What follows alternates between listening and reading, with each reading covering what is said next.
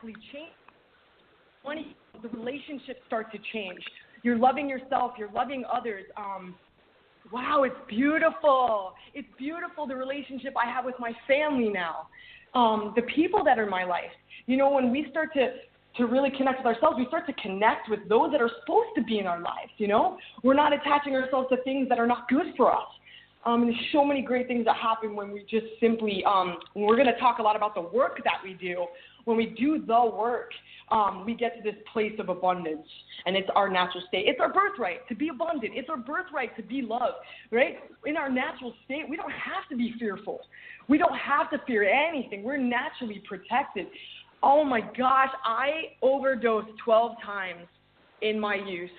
I lost a lot, and every time the universe backed me up, no matter how many mistakes I made, the universe was always there. So I knew at one point from my experience that the universe was always there to kind of back me up. And then when I started to connect and I started to do work, then I started to experience on a whole different level that my power really was like, I can call out things. I can ask questions. I'm going to get answers. I'm going to receive what I'm asking for. I can create everything very consciously, through my thoughts and what I'm speaking out. So, you know, one of the things I was thinking as Nicole was talking, and something that you had said also before, Sarah, and it really made me think, difficulties we go through our lives are actually gifts. Nicole and I look at them as gifts because that's what we've experienced them as, because although we're in the moment, it doesn't feel like a gift to be going through a challenge, to be going through a loss, a pattern that you can't get out of, a painful relationship, all of these different things, they don't look like gifts, but the truth is, it's those things that push us to these moments where we say, you know what?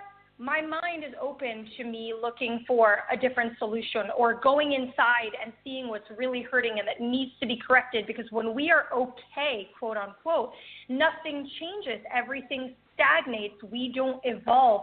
And it's very much our belief that we're here to evolve. So as Nicole and I were going through these massive difficulties and crashes, I mean, we started to gain and expand on these amazing tools through our difficulty and through our love and through our connection and through our hard work and our training.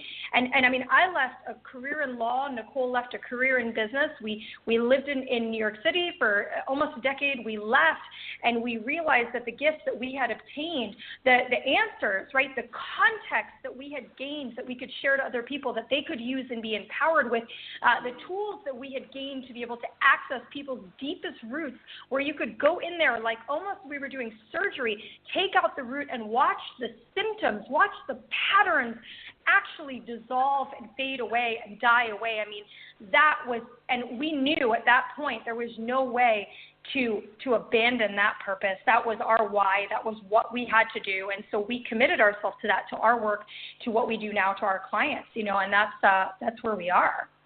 Yeah, actually, I just want to just say one more thing. I think it's amazing when you say about the why. Yeah, okay.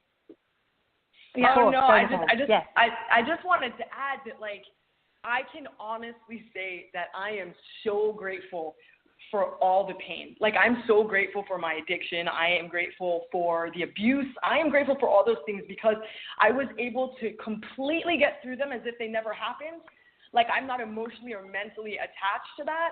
And what I am capable of offering other people and showing them how to do the same is just everything to me. To be able to serve in that way, I mean, that's why I'm here. That's why I'm here, is to serve in that way. Yes, it is. So everything, everything I've grown through, it's like, and that's the other thing, is no one can tell me something that I probably haven't already done.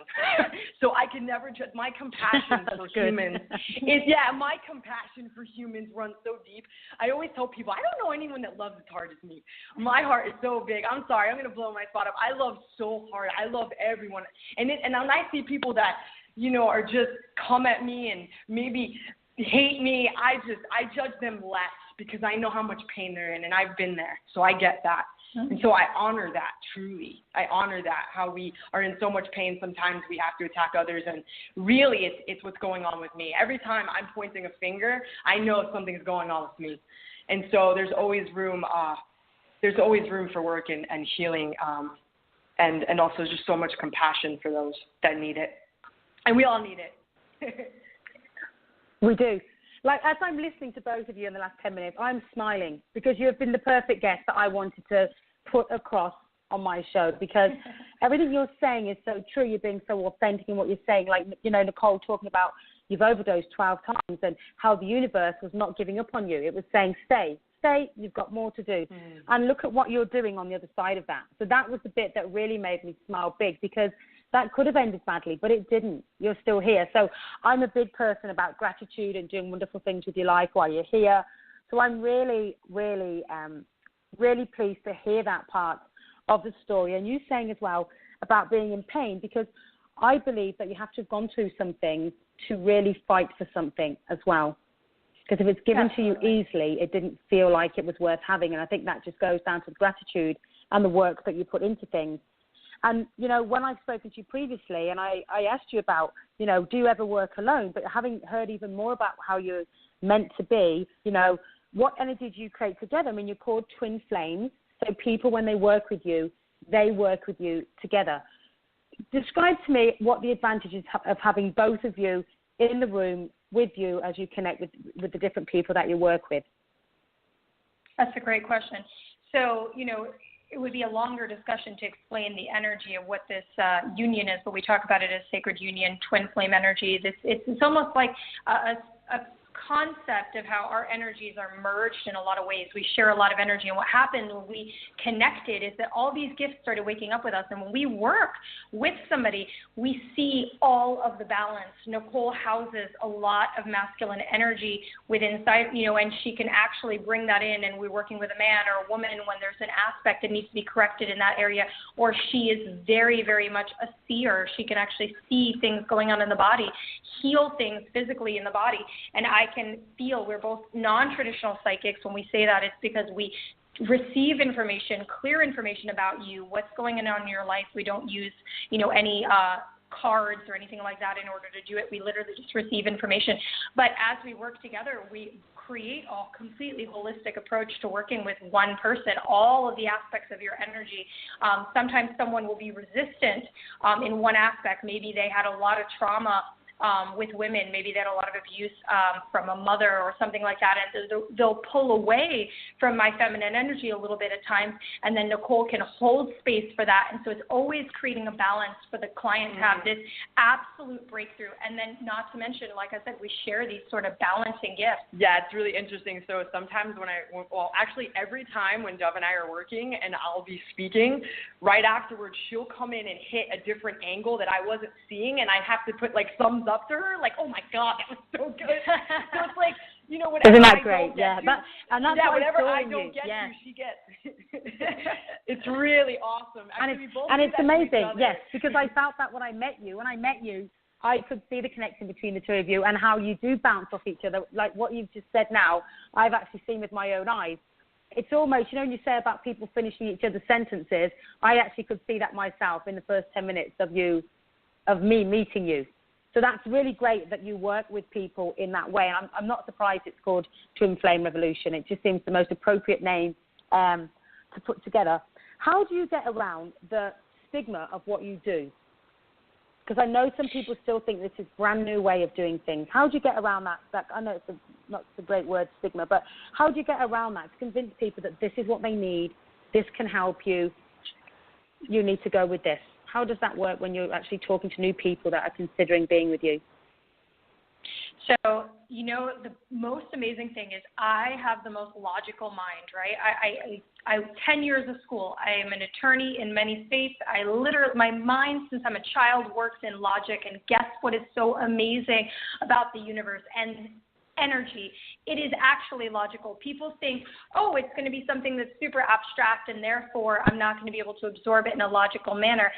Everything we do is logical. So when we work with somebody, whether their background is finance broker or hedge fund owner, or whether they actually, because we do span from businesses to relationship to addiction to people that are actually spiritual healers and mentors themselves, right? So we span all over the place. And what happens is every single person gets this moment where even if what you're saying even if the concept of what we're talking about seems foreign, there is a resonance, an understanding, and a logic and recognition to the work that we have not yet found somebody that can say, you know what, that doesn't make sense to me. Because when somebody is speaking truth and clarity to you in such a deep way, your whole being stands up and says, you know what, I didn't know a single thing you were talking about 5 minutes ago, but I'll tell you right now that I have felt that my whole life. And I have wondered why I was on that hamster wheel, and I have wondered why I was on that, pattern and that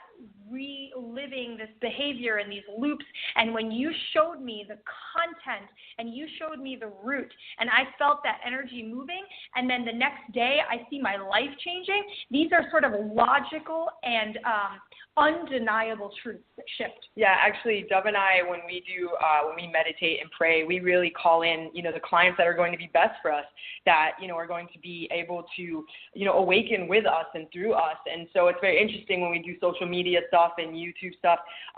It really just, people will always say, I got the chills, or that made so much sense. And there was an understanding, and that just kind of supersedes all of this stuff.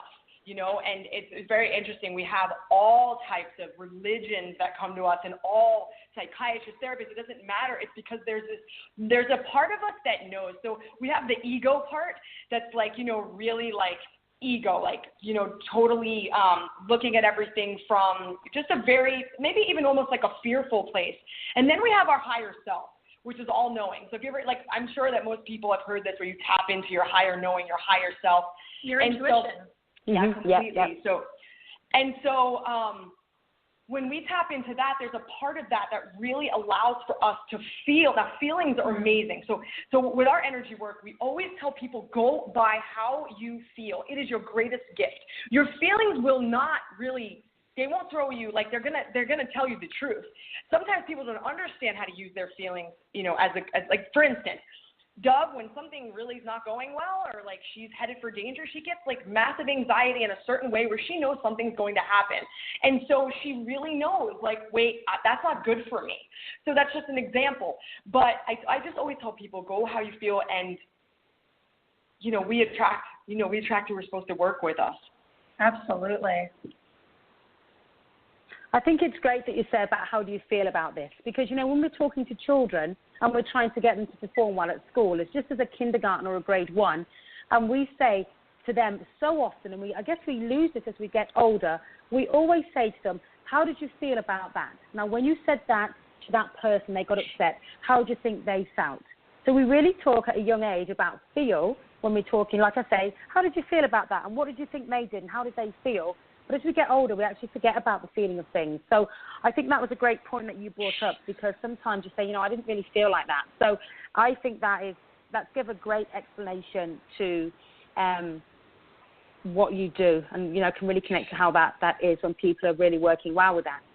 What happens when you reconnect with yourself energetically? What do you think happens in that format there? Power. Right? Power, your power when you reconnect. So Nicole and I, we speak a lot about blocks and restrictions. And people will say, what are blocks and restrictions? Blocks and restrictions are your ideas and your choices, your beliefs and your choices that are actually separating you from all of your desires, your goals, your personal power, your connection. When Nicole said earlier that she was speaking about how we actually get disconnected from our own energy source, from our higher self is what we call it, right? From the universe, from everything, we start to disconnect. We get more and more separated. When we are in a place of separation, we are automatically going to experience some level of lack in our lives. When we are in a place of connection, which is what all of our work does, all of our work, whether we're going through a soul realignment process with you, which we'll probably get a chance to talk about, or whether we're doing consciousness mentor and healing work with you, it is all about bringing you to a place of remembrance. And what is that remembrance? That remembrance is remembrance of who you really are and why these things are happening. And when you go into that place and you realize, oh, you know what? All of my choices are actually what's creating my life. All of my ideas are actually what is creating my life. You realign and you become in connected. You become connected. And this connection, this is abundance. This is abundance. This is when stuff starts falling out of the heavens. People are knocking at your door. You are actually